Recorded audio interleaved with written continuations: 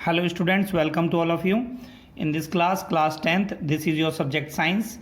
We are continuing our chapter number 15, our environment. Okay students, इस chapter के बारे में आपको हम पिछली 2 वीडियो में भी हम पढ़ा चुके हैं बच्चों, ठीक है। आज की क्लास में हम biodegradable waste and non biodegradable waste के बारे में अब स्टडी करेंगे। ओके स्टूडेंट्स, जानेंगे difference between biodegradable waste and non biodegradable waste क्या होता है, ठीक है बच्चों। एंड गार्बेज डिस्पोजल के बारे में हम इस वीडियो में हम सीखेंगे। चलिए बच्चों स्टार्ट करते हैं आज की वीडियो। सबसे पहले हम आपको बताते हैं बच्चों what is the difference between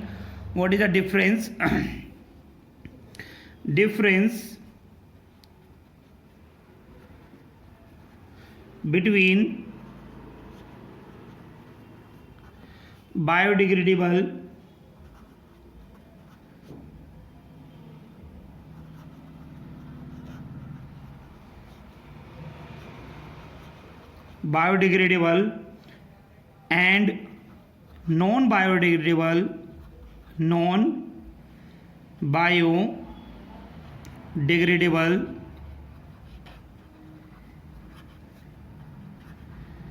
waste।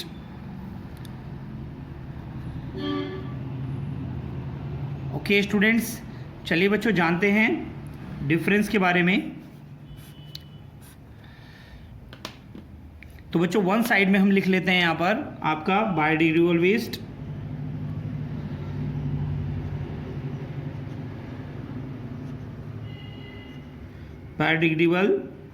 Waste, and second side में लिख देते हैं बच्चों नॉन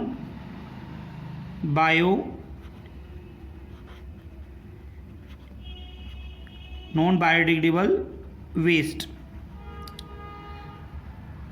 ओके स्टूडेंट्स, तो बच्चों देखते हैं इसमें डिफरेंस क्या होगा आपका। First of all first point आपका आएगा बायोडिग्रेडेबल वेस्ट में, the waste that are broken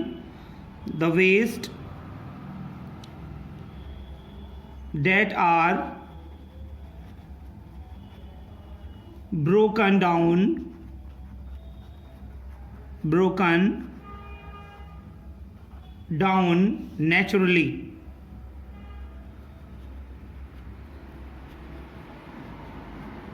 by microbial action।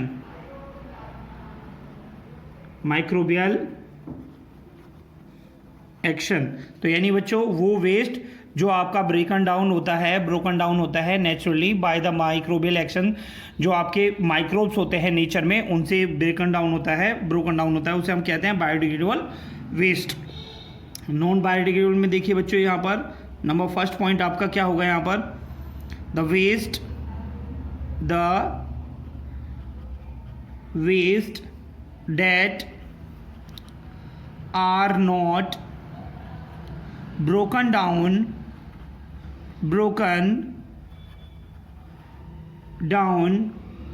by the microbes।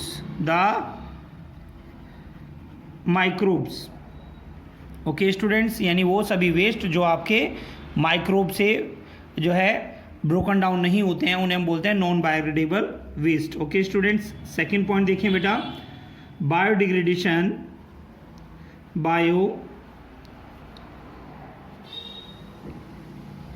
biodegradation forms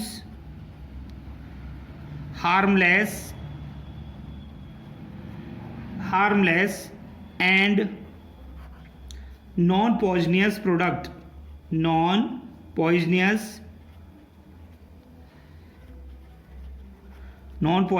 products। Okay students, जो बायोडिग्रेडेबल है वो harmless and non poisonous products बनाते हैं। नंबर सेकंड पॉइंट देखेंगे non biodegradable में, no such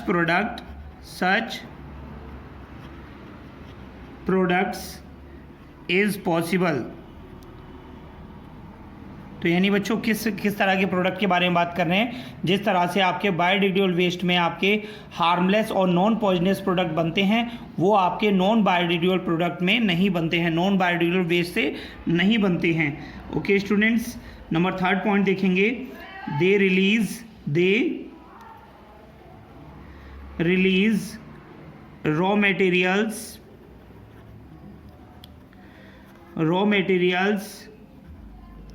back to nature यानी they release raw material back to nature, यानी जो नेचर में वापस आपके मिक्स हो जाते हैं, ठीक है ना, by the degradation of microbial action. Okay students, but यहाँ पर हम देखेंगे नॉन बायोडिग्रेडेबल में हम देखते हैं बच्चों, they do not release raw materials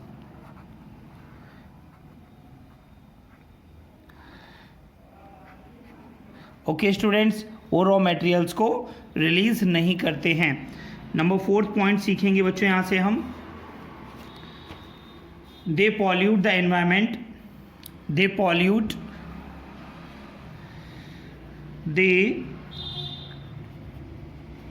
pollute the environment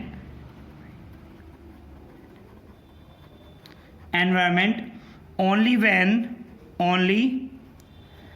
when they are produced in quantity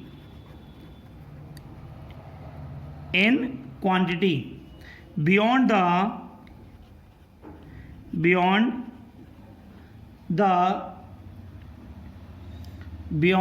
the capacity of environment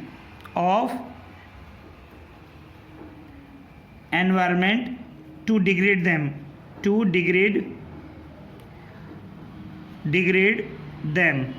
okay students, ये एनवायरनमेंट को तभी पॉल्यूट करते हैं जब वो ज़्यादा क्वांटिटी में कैपेसिटी ऑफ एनवायरनमेंट की क्वांटिटी से ज़्यादा मतलब कैपेसिटी ऑफ एनवायरनमेंट की जो डिग्रेडेशन कैपेसिटी है एनवायरनमेंट की उससे ज़्यादा अगर प्रोड्यूस होते हैं तभी ये एनवायरनमेंट को पॉल्यूट करते हैं। ओके स्टूडेंट, तो नंबर 4 में आप देखेंगे यहाँ पर non biodegradable waste pollute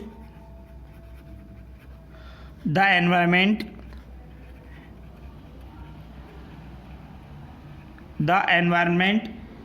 even in a small quantity,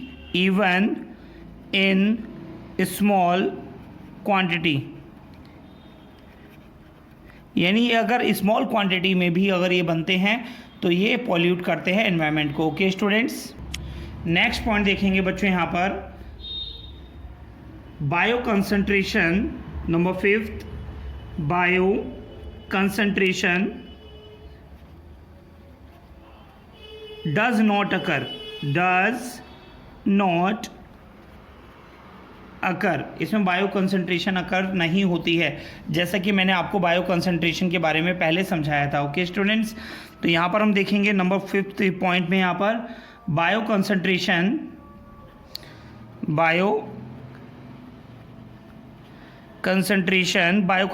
को क्या कहते हैं बच्चों, और bio magnification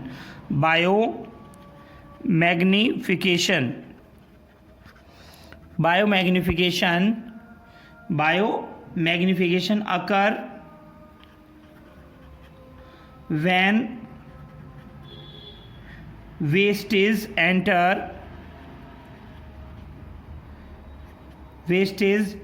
enter food chains, okay students, तो ये सभी बच्चों को ध्यान रखना है। तो यहाँ पर बायो कंसंट्रेशन जो है आपके नॉन बायोडिग्रेडेबल में वो आपकी इंक्रीज़ करती है, एंटर कर जाती है फूड चेन में, बट बायो कंसंट्रेशन आपकी जो बायोडिग्रेडेबल वेस्ट में जो है अकर नहीं होती है। ओके स्टूडेंट्स, अब देखेंगे बच्चों हम यहाँ पर अपना last point of this topic, number 6 point हम यहाँ पर देखेंगे बच्चों, recycling is possible, recycling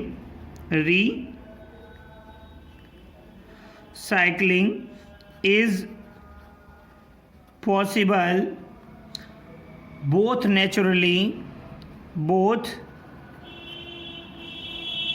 naturally or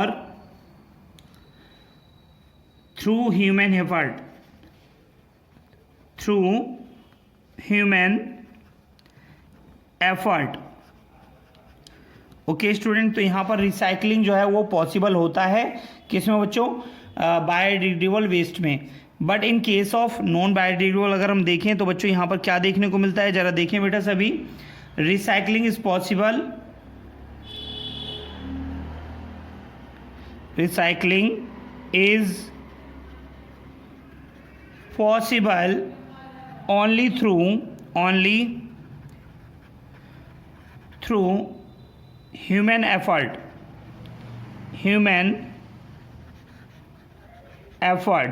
okay students, तो ये सभी बच्चों को ध्यान रखना है. रिसाइकलिंग पॉसिबल होती है केवल ह्यूमन एफर्ट्स में होती है, तो ये सभी बच्चे इसे याद रखेंगे. तो बच्चों आपका ये था बच्चों difference between biodegradable waste and non biodegradable waste. Okay students, note करिए बेटा सभी ये पॉइंट, ये क्वेश्चन आपका मोस्ट इंपॉर्टेंट है according to the point of board exam. तो सभी बच्चे अच्छे से ये सारे पॉइंट्स को लर्न करेंगे. ओके स्टूडेंट्स, नेक्स्ट पॉइंट है बच्चों आपका यहाँ पर managing the garbage we produce, यानी जो भी हम गार्बेज प्रोड्यूस करते हैं उसको हम कैसे मैनेज करेंगे.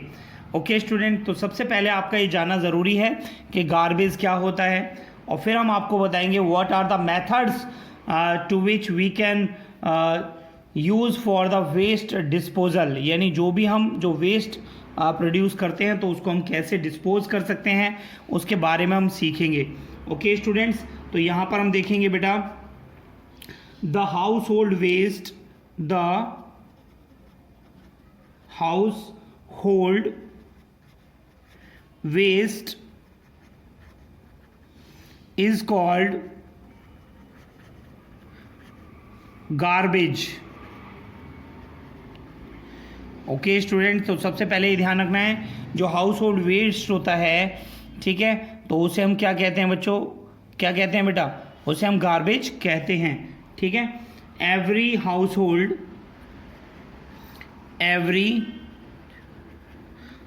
Hold produces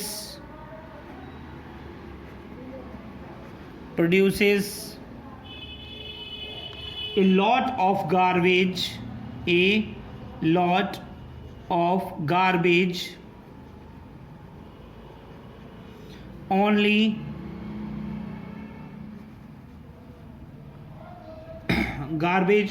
only on daily basis.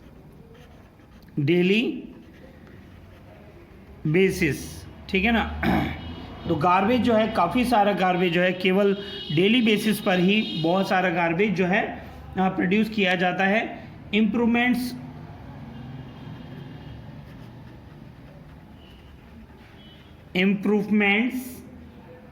in our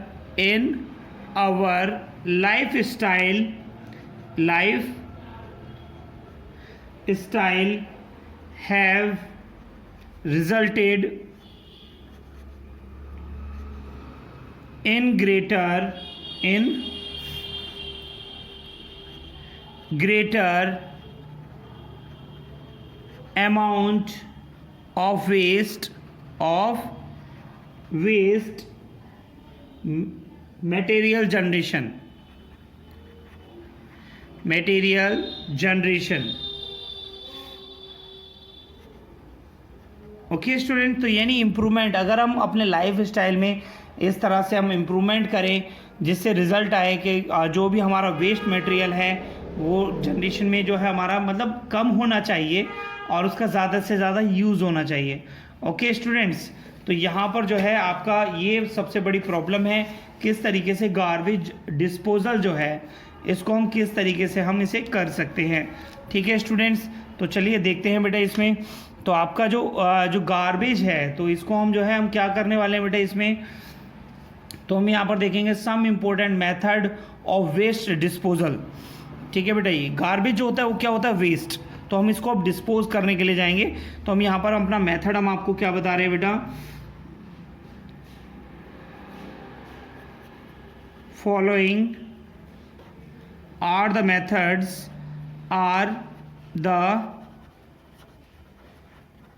methods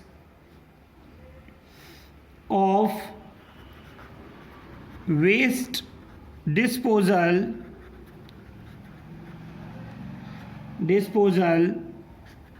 ठीक है बेटा। तो यहाँ पर हम देखेंगे कौन कौन से हमारे मेथड्स हैं, ठीक है, जो हमारे वेस्ट डिस्पोजल में आते हैं। ठीक है स्टूडेंट्स, तो सबसे पहले हम देखेंगे यहाँ पर नंबर फर्स्ट पॉइंट है हमारा, number first point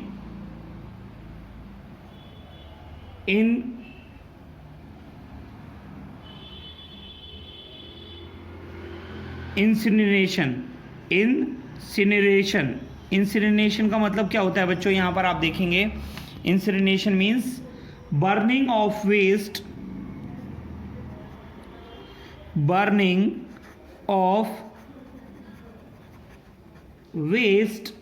on high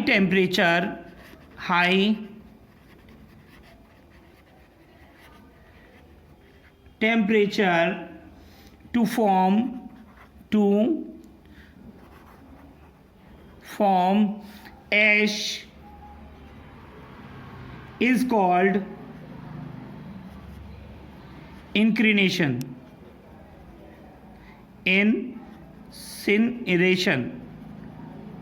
okay students, यानी बर्निंग ऑफ वेस्ट, यानी जो वेस्ट हमारा जो प्रोड्यूस हुआ है उसको हाई टेम्परेचर पे जो है उसको ऐश में कन्वर्ट करना, that is known as incineration कहते हैं। Okay student, this process is carried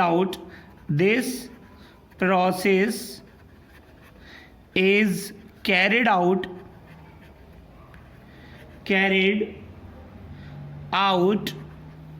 in an incinerator.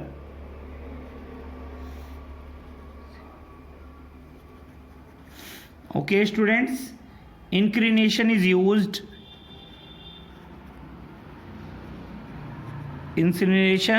is used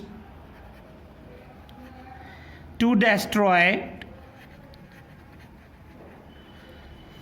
household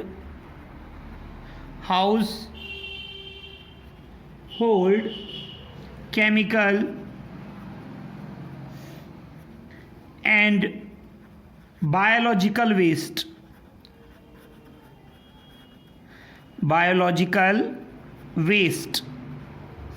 okay students, next point हम यहाँ पर देखेंगे बच्चों, ये था आपका इंक्रिनेशंस। नेक्स्ट आपका open dumping.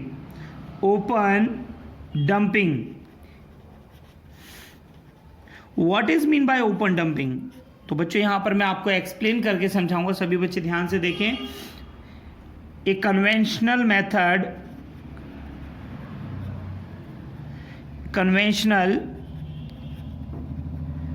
method in which solid waste are dumped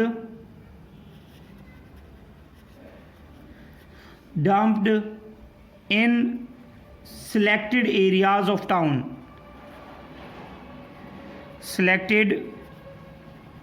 areas of town.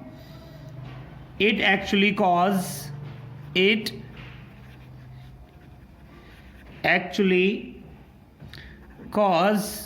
pollution. Okay students, यानी ये ओपन डंपिंग यानी खुले स्थान पर अपने डिस्पोजल को डालना, ये आपका एक कन्वेंशनल मेथड है जिसमें सॉलिड वेस्ट को डंप किया जाता है कुछ सिलेक्टेड एरियाज में जहां पर आपका जो पॉपुलेशन है वो नहीं रहती है। Okay students, but this method can cause pollution. ये मेथड क्या कर सकता है बच्चों? पॉल्यूशन करता है। Okay students, next third point देखेंगे बच्चों हम यहाँ पर। थर्ड पॉइंट है आपका land fillings.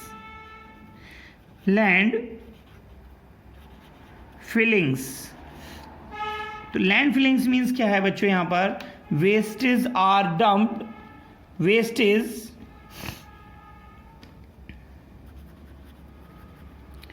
Wastage are dumped in low living areas, in low living areas, and are compacted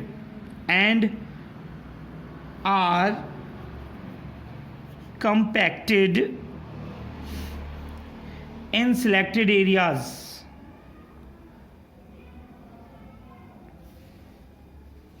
Low living areas and are compacted by rolling with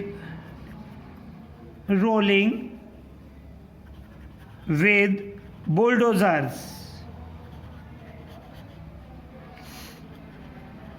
तो बच्चों इसमें क्या बताया, लैंड फिलिंग्स का मतलब क्या है कि जो भी वेस्ट मटेरियल होता है उसको लो लाइंग एरिया, जो नीचे एरियाज होते हैं वहाँ पर उसे डाल दिया जाता है और उसे कॉम्पैक्ट कर दिया जाता है विद द क्या नाम है सरफेस, किसकी मदद से बच्चों, बुलडोजर्स की मदद से उसे कर दिया जाता है। ओके स्टूडेंट्स, नोट करें सभी। नेक्स्ट पॉइंट बच्चों आता है हमारा number 5 point, that is known as composting. तो बच्चों जैसे कि आप देख रहे हैं कंपोस्टिंग का मतलब क्या होता है, पहले भी आपने प्रीवियस क्लासेस में पढ़ा है।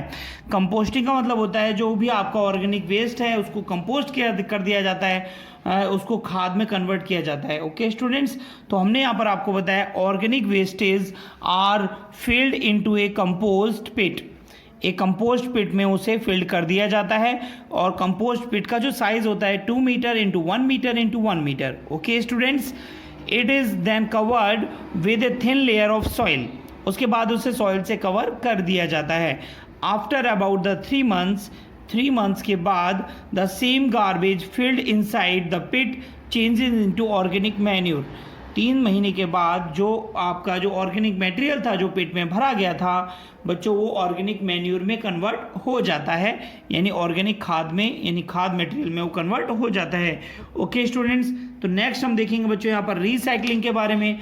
रीसाइक्लिंग का मतलब क्या होता है, किसी भी चीज़ को दोबारा से रीसाइकिल करना, उसका दोबारा से यूज़ करना। ओके स्टूडेंट, तो कैसे करेंगे हम यहाँ पर, the solid waste is broken down into the constituent simpler materials. These materials are then used to make new items. Even non-biodegradable waste, solid waste like plastic, metals can be recycled. यानी जो भी material है जो आपका biodegradable waste है या non biodegradable waste है उसको ब्रोकन डाउन करके अलग अलग नए पीसेस को, नए मटेरियल्स को बनाने में यूज़ कर लिया जाता है। इसी प्रोसेस को बच्चों हम बोलते हैं रीसाइकल। क्या बोलते हैं बच्चों हम, recycle. Okay students, next point है बच्चों हमारा, नेक्स्ट नंबर 6 पॉइंट है रीयूज़। रीयूज़ का मीनिंग क्या होता है बच्चों, सभी बच्चे ध्यान से देखें यहाँ पर। A very simple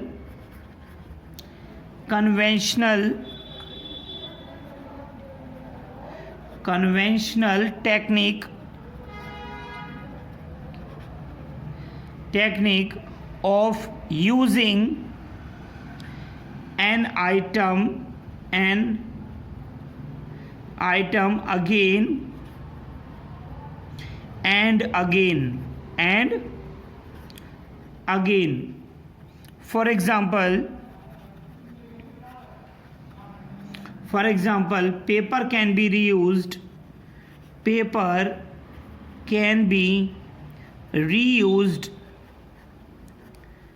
for making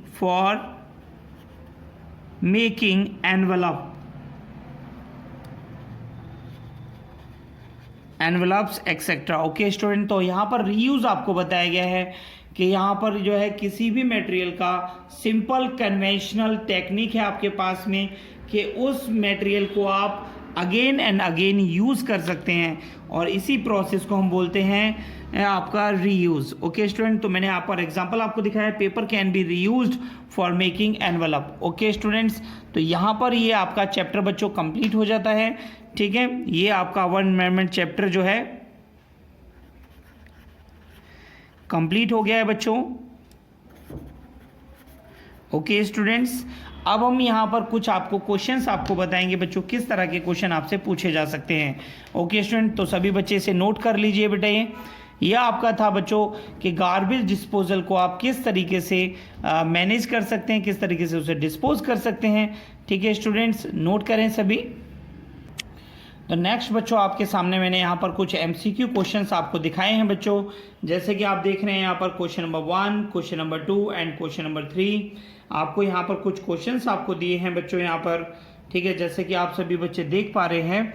ठीक है स्टूडेंट्स, तो ये जो आपके चैप्टर्स हैं, ठीक है स्टूडेंट्स, ये चैप्टर्स आपके इस चैप्टर से आपके कुछ क्वेश्चंस मैंने आपको दिए हैं। Which of the following is not a functional unit और कंपोनेंट ऑफ एन इकोसिस्टम। इनमें से कौन सा आपका फंक्शनल कंपोनेंट ऑफ इकोसिस्टम नहीं है।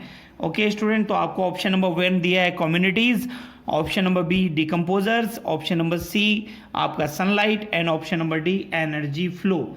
ओके स्टूडेंट, तो आपका देख रहे हैं आप यहाँ पर जो कोई भी चीज़ है जो इकोसिस्टम से जुड़ी हुई है वो क्या है बच्चों, कम्युनिटी है। डिकम्पोजर उसे डिकम्पोज करते हैं, सनलाइट से एनर्जी मिलती है, बट जो एनर्जी फ्लो है, ठीक है बच्चों, एनर्जी जो फ्लो है वो किस में होता है, वो कम्युनिटीज़ के बीच में होता है।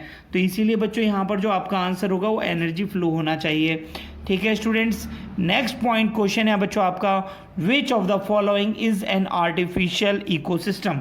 इनमें से कौन सा आपका आर्टिफिशियल इकोसिस्टम है। तो बच्चों पॉन्ड एक आपका नेचुरल इकोसिस्टम है, जैसे कि आप देख रहे हैं। क्रॉप फील्ड बच्चों आपको पता है क्रॉप फील्ड नेचुरल तो नहीं होता, उसमें आपका ह्यूमन वर्क बहुत ज़्यादा होता है। तो यहाँ पर ये आपका आर्टिफिशियल इकोसिस्टम हो सकता है। चलिए बच्चों आगे देखते हैं और हमारे पास क्या ऑप्शंस हैं। नेक्स्ट है बच्चों हमारा लेक। जैसे कि आप जानते हैं झील जो है वो आपका नेचुरल इकोसिस्टम है। And the last one that is forest is also a natural ecosystem. So our right answer should be, कितना होना चाहिए बच्चों, बी। तो बी हमारा यहाँ पर क्रॉप फील्ड हमारा राइट आंसर होना चाहिए। ओके स्टूडेंट, समझ में आ रहा है ना सभी को। नेक्स्ट क्वेश्चन है बच्चों हमारा यहाँ पर flow of energy in an ecosystem. Flow of energy in an ecosystem is always option number 1 unidirectional, option number B bidirectional, option number C multidirectional, option number D no specific directions. बच्चों ये मैंने आपको book में भी आपको ये question दिया था, ठीक है, आपको मैंने नोट्स में ये क्वेश्चन कराया हुआ है। तो सभी बच्चे इसका क्वेश्चन 1 मिनट के लिए जल्दी से सोचिए बेटा, क्या आना चाहिए, यूनिडायरेक्शनल आना चाहिए, बाई डायरेक्शनल आना चाहिए, मल्टी डायरेक्शनल आना चाहिए, या फिर कोई भी स्पेसिफिक डायरेक्शन नहीं होनी चाहिए। बच्चों ध्यान से सुनिए, फ्लो ऑफ एनर्जी का क्या मतलब है कि आपका कोई भी एक ट्रॉपिक लेवल से दूसरे ट्रॉपिक लेवल का कोई भी ऑर्गेनिज्म अगर फर्स्ट वाले ट्रॉपिक लेवल को अगर खाता है तो क्या सेकंड वाले ट्रॉपिक लेवल को फर्स्ट वाला खा सकता है, सेकंड वाला फर्स्ट वाले को खा सकता है, लेकिन फर्स्ट वाला सेकंड वाले को नहीं खा सकता। इस बात को ध्यान से समझिए बेटा कि आपका जो है ग्रास है, ठीक है, ग्रास को डियर खा सकता है, ठीक है ना, लेकिन डियर जो घास है वो डियर को नहीं खा सकती। तो यहाँ पर जो एनर्जी फ्लो है वो आपका यूनि डायरेक्शनल होता है। कैसा होता है बच्चों, यूनि डायरेक्शनल। तो आपका यहाँ पर ऑप्शन होना चाहिए A is the right answer. Okay students, तो बच्चों इस तरह के काफ़ी सारे क्वेश्चंस आपसे बोर्ड के एग्ज़ाम में आपके आने हैं, और ये आपके क्वेश्चंस आपके जब भी तैयार हो सकते हैं बच्चों जब आप अच्छे तरीके से जो मैं आपको पढ़ा रहा हूँ ये सारा कंटेंट आपकी कॉपी में नोट होना चाहिए और आपको लर्न करना है। ओके स्टूडेंट्स, एनसीईआरटी की बुक से आप चैप्टर को रीड करेंगे। यहाँ पर आपका जो ये चैप्टर है, कौन सा चैप्टर बच्चों, आवर एनवायरनमेंट चैप्टर आपका कंप्लीट हो जाता है, ठीक है। मोस्ट ऑफ द क्वेश्चंस मैंने अपने चैप्टर में अपने नोट्स में मैंने आपको सॉल्व करा के यहाँ पर आपको बताए हैं, और जो एक्सरसाइज के क्वेश्चन जो रिमेनिंग क्वेश्चंस हैं उनको आप सभी बच्चे फाइंड करेंगे। ओके स्टूडेंट्स, अगर उन क्वेश्चंस में अगर आपको कहीं भी कोई तकलीफ होती है, कोई क्वेश्चन आपसे नहीं होता है, तो आप स्टूडेंट्स मुझे मैसेज कर सकते हैं, मुझे उस क्वेश्चन का स्क्रीनशॉट भेज सकते हैं। I will clear you that answer. Okay students, तो एमसीक्यू क्वेश्चन के लिए, 1 वर्ड क्वेश्चन के लिए एंड 2 मार्क्स क्वेश्चन एंड आपके जो 5 मार्क्स क्वेश्चंस हैं उन सभी क्वेश्चंस के लिए आपको ये नोट्स अपनी कॉपी में नोट करना बहुत ज़्यादा ज़रूरी है। And the last one and most important point is, आप सभी बच्चों के पास में एनसीईआरटी की बुक होनी चाहिए बच्चों, और एनसीईआरटी से चैप्टर ज़रूर पढ़ना है, ये बात ध्यान रखें। एनसीईआरटी से बाहर चैप्टर आपका इस ईयर नहीं आएगा, और चैप्टर के मिडिल में जो आपको बॉक्सेस गिवन होते हैं बच्चों उन बॉक्सेस से भी क्वेश्चंस आपसे पूछे जाएंगे। तो सभी बच्चे अच्छे से चैप्टर को रीड करें और जो भी क्वेरी है उसे आप हमसे ज़रूर पूछें। ओके स्टूडेंट, तो आज की क्लास में इतना ही। मिलता हूँ मैं आपसे नेक्स्ट वीडियो में नई चैप्टर के साथ। यहाँ पर ये चैप्टर आपका हो जाता है ख़त्म। अच्छे से आप मेहनत करते रहिए, स्वस्थ रहिए, अच्छे से लर्न करिए ताकि आपके नंबर अच्छे आ सकें। Okay student, thank you.